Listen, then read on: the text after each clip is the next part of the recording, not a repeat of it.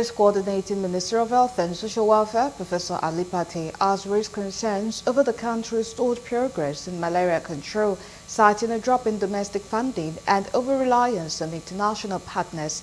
Speaking at a high-level dialogue titled "Harnessing Africa's Central Role for the Big Push Against Malaria" held in Abuja, Pate highlighted that malaria continues to be a major public health burden, accounting for 13% of disease cases in Nigeria.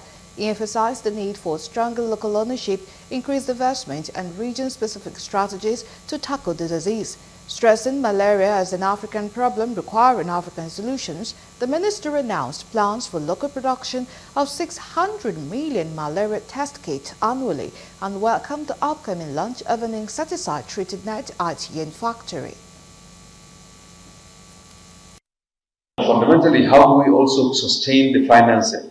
And last week, ahead of this big push meeting, we spent 4 days looking at sustainable financing of health in Nigeria.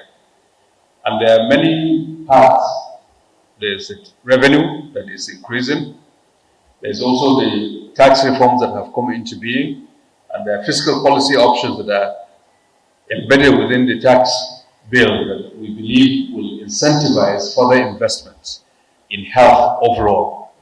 Because you can't treat malaria as an isolated issue.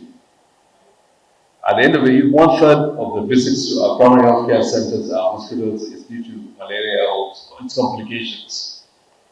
You cannot treat it just as standalone. It has to be within the context of financing the Nigerian health system, within the context of the delivery of the health system and the human resources and all of that as well.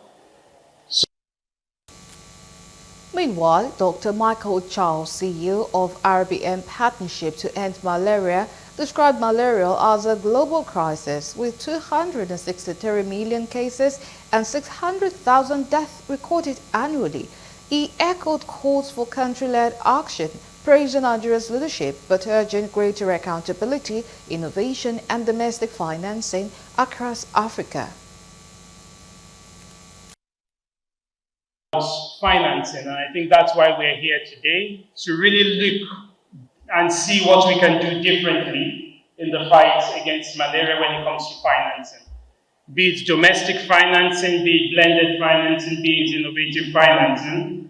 And as we were in the holding room just before we walked in with the Honorable Minister, his very commitment and passion and drive is, yes, we can have all these strategies, we can have all these actions, but if there's no money, we will not get further. So the big push is really about how do we ensure that we have the money and the resources to make things better and to do things differently.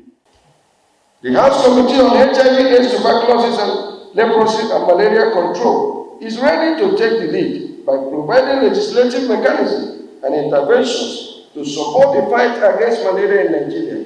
That is why we are calling for a creation of a budget line for malaria in national budget of Nigeria.